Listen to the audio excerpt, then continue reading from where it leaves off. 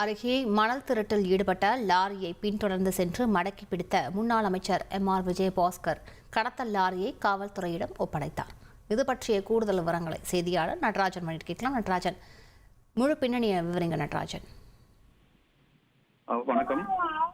கரூர் மாவட்டம் வேலாயுதம்பாளையத்தில் நடைபெறும் ஒரு கட்சி நிகழ்ச்சிக்காக பங்கேற்பதற்காக கரூரில் இருந்து வேலாயுதம்பாளையம் நோக்கி முன்னாள் அமைச்சர் எம்.ஆர். விஜயபாஸ்கர் சேலம் புறவழிச்சாலையில் சென்று கொண்டிருந்தார். அப்போது மண்மங்கலம் அருகே சென்று கொண்டிருந்த போது அந்த வழியாக வந்த லாரியை, அனுமதியின்றி மணல் அள்ளி வந்த லாரியை சுமார் 18 கிலோமீட்டர் தூரம் பின்தொடர்ந்து நாமக்கல் மாவட்டம் எல்லையான வேலூர் போலீஸ் சோதனை சாவடியில் மடக்கி பிடித்து சோதனை சாவடியில் இருந்த காவலர்களிடம் மணல் லாரியை ஒப்படைத்தார். அவர்கள் கரூர் மாவட்டத்தில் நடந்த சம்பவம் என்பதால் வேலாயுதம்பாளையம் காவல் நிலையத்திற்கு அழைத்துச் சென்றனர். வேலாயுதம்பாளையம் காவல் நிலையத்திற்கு மணல் லாரியை கொண்டு வந்த காவல்துறையினர் காவல் ஆய்வாளரிடம் ஒப்படைத்தனர்.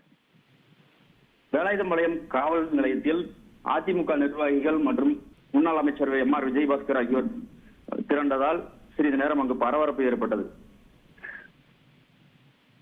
நன்றி நடராஜன் விவரங்களுக்கு.